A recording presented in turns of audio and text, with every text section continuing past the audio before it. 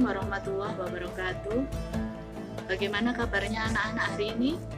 Semoga kita senantiasa mendapatkan perlindungan dari Allah Subhanahu wa taala sehingga kita bisa melewati masa pandemi COVID-19 ini dengan tetap semangat belajar dan terus meningkatkan amal ibadah dari rumah masing-masing.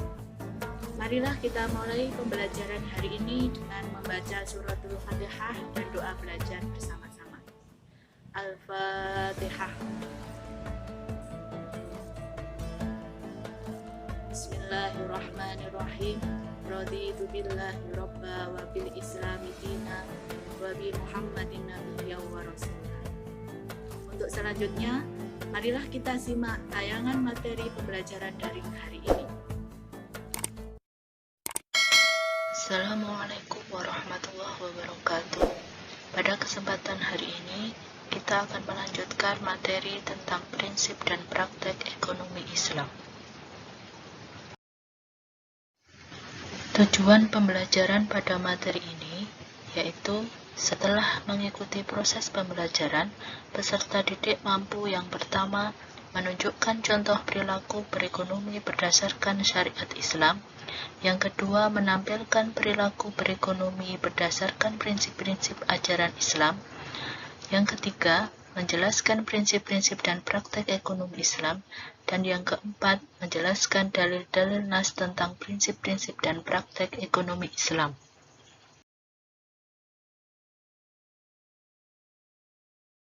Dalil Al-Quran tentang ekonomi Islam dijelaskan dalam Quran Surat Al-Ma'idah ayat 2. A'udzu billahi minasy syaithanir rajim. Bismillahirrahmanirrahim. Wa ta'awanu 'alal birri wat taqwa wa la ta'awanu 'alal ismi wal 'udwan. Wattaqullaha innallaha syadidul 'iqab. Yang artinya, dan tolong menolonglah kamu dalam mengerjakan kebajikan dan takwa, dan jangan tolong menolong dalam berbuat dosa dan bermusuhan. Bertakwalah kepada Allah, sungguh Allah sangat berat siksaannya. Beberapa bentuk praktek ekonomi Islam. Yang pertama yaitu muamalah, yang kedua syirkah, yang ketiga perbankan, dan yang keempat adalah asuransi syariah yang akan kita bahas pada materi berikut ini. Pengertian muamalah. Secara bahasa, muamalah memiliki arti yaitu hal-hal yang termasuk urusan kemasyarakatan, baik dalam hal pergaulan, perdata, dan sebagainya. Sedangkan menurut istilah, muamalah diartikan sebagai tukar-menukar barang atau sesuatu yang memberi manfaat dengan cara yang ditempuhnya, seperti halnya jual-beli, sewa-menyewa, upah-mengupah, pinjam-meminjam, urusan bercocok tanam, berserikat, dan usaha lainnya. Untuk selanjutnya, marilah kita pahami tentang macam-macam muamalah. Di antaranya yaitu kegiatan jual-beli, utang-piutang, sewa-menyewa. Dalam hal kegiatan jual-beli ada istilah khiyar dan riba. Macam-macam khiyar yaitu khiyar majelis, khiyar syarat, dan khiyar aibi. Sedangkan macam-macam riba yaitu ada riba fadli, riba kordi, riba yadi, dan riba nasi'ah. Penjelasan selanjutnya yaitu tentang syirkah. Pengertian syirkah, secara bahasa syirkah memiliki makna perseroan. Menurut istilah, syirkah ialah suatu akad yang dilakukan oleh dua belah pihak atau lebih yang bersepakat untuk melakukan suatu usaha dengan tujuan memperoleh keuntungan. Rukun syirkah pertama yaitu dua belah pihak yang berakad atau disebut dengan akidani.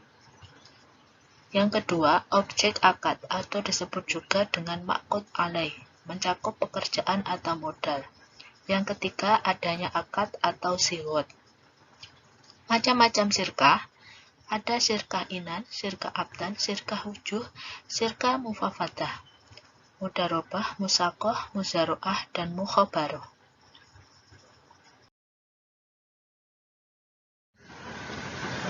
Berikutnya yaitu tentang perbankan. Pengertian bank. bank adalah sebuah lembaga keuangan yang bergerak dalam menghimpun dana masyarakat dan disalurkan kembali dengan menggunakan sistem bunga yang bertujuan untuk membantu masyarakat yang memerlukan.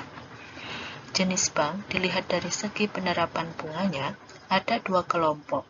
Yang pertama yaitu bank konvensional, di mana bank ini memiliki fungsi utamanya yaitu menghimpun dana untuk disalurkan kepada yang memerlukan, baik perorangan maupun badan usaha. Yang kedua adalah bank Islam atau disebut juga dengan bank syariah, di mana bank ini menjalankan operasinya menurut syariat Islam. Bank syariah menggunakan beberapa cara yang bersih dari riba, misalnya mutarobah, musyarakah, wati'ah, qardul hasan, dan murabahah.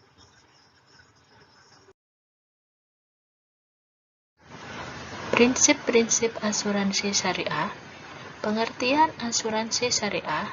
Secara bahasa, asuransi berasal dari bahasa Belanda asuransi yang memiliki makna pertanggungan.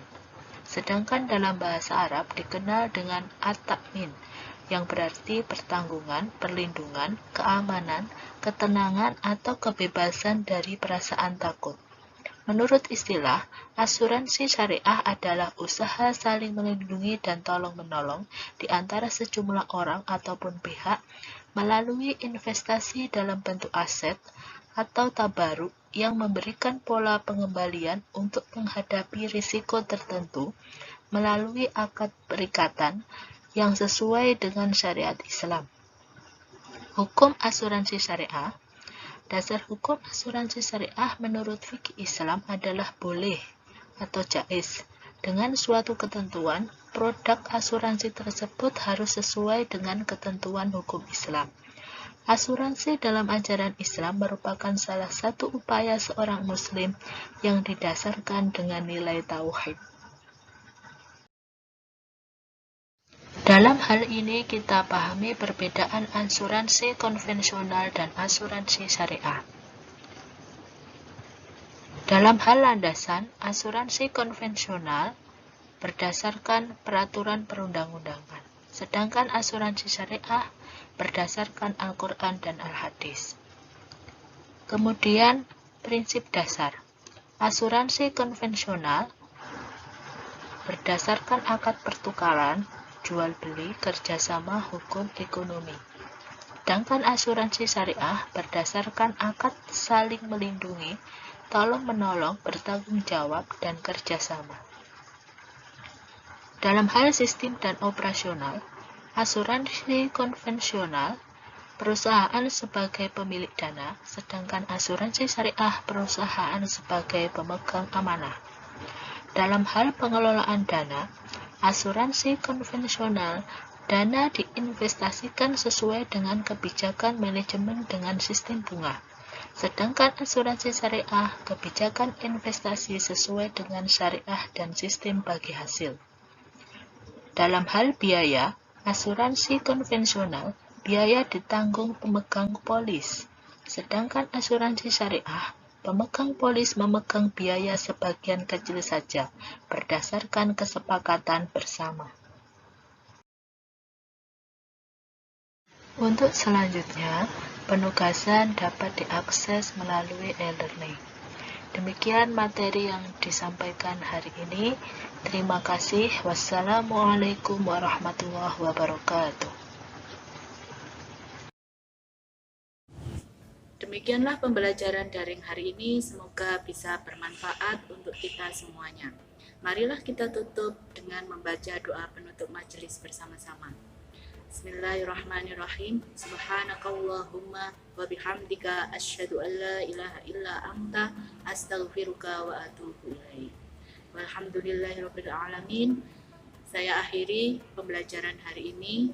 Wassalamualaikum warahmatullahi wabarakatuh.